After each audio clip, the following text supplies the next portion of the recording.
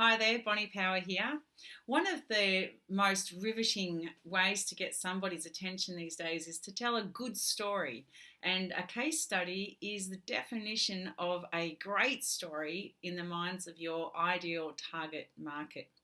So, the difference between an average case study and an awesome case study that really helps to move the needle and bring your prospective clients a bit further into actually handing over their money and doing the deal is one little tiny element, one little tiny difference between the average case study, which is um, set the situation, talk about the action steps that you took for the client, and then define the results that you generated. Like typically, that's the normal case study.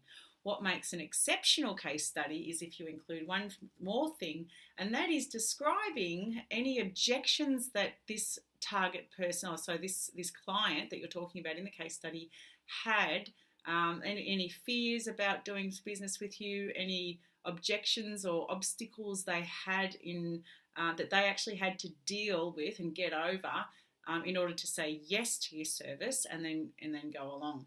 So it's just a tiny little thing. It's in our Perfect Boom formula, case study formula, and that's the general case study. So I'll show you the steps. So firstly, you talk about the situation that the client is in, i.e., they had two or three pretty key problems that your product actually helps solve.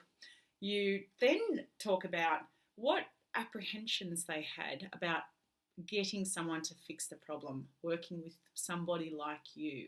Talk about in their own words, so take a snapshot from the dialogue that you've had from them and talk about what their apprehension was, and then what made them switch to decide, I'm going to give these people a go. That is going to help move the needle, because generally the obstacle that that person had is the same obstacle that a lot of your target market have. And when they see how this person dealt with that obstacle, maybe it's a fear of moving forward, maybe it's a fear that they didn't trust you, maybe it's a fear of the success that your product or service could bring to them and they got overwhelmed. Whatever it is, they see and hear the way that this person overcame that obstacle, and they subconsciously and psychologically, they feel like they've moved over that obstacle themselves. It's an amazing thing. Try it and you'll see. And then, so you've got the obstacles, and then you've got the action steps that you took as an organisation to move them from where they were to where they wanted to be. And then you go and talk about the results, and not just talk about the results in the fact that like tangible results, the actual results on, with dollars and cents, but you also talk about the emotional impact, the relief that you brought upon these people when you fix their core problem. So that's like, there's two parts of the results. There's the measurable results that you deliver, but there's also the emotional ones that you've really help them to live a much more relaxed, secure, confident life because they've got you up their sleeve as their service provider.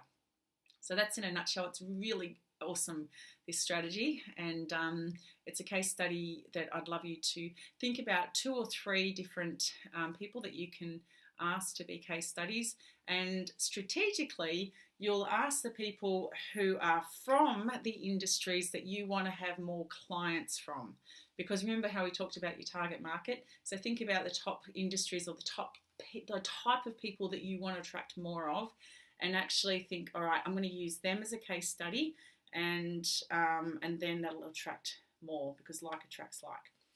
So I could talk about this for a long time. So if you've got any questions, if we've got a strategy session together or a coaching session and you want to deep dive into this topic, because there's a few more moving parts to it if you want to go to the next level on it. But generally, that's 80% of the information that'll help you to create a powerful case study. Good luck with that. Think about three people that you can ask, or you can use as a case study. You don't have to use their specific details. You talk about them in generic terms, and good luck with that. That's like going to be your gold nuggets on your LinkedIn profile, believe me.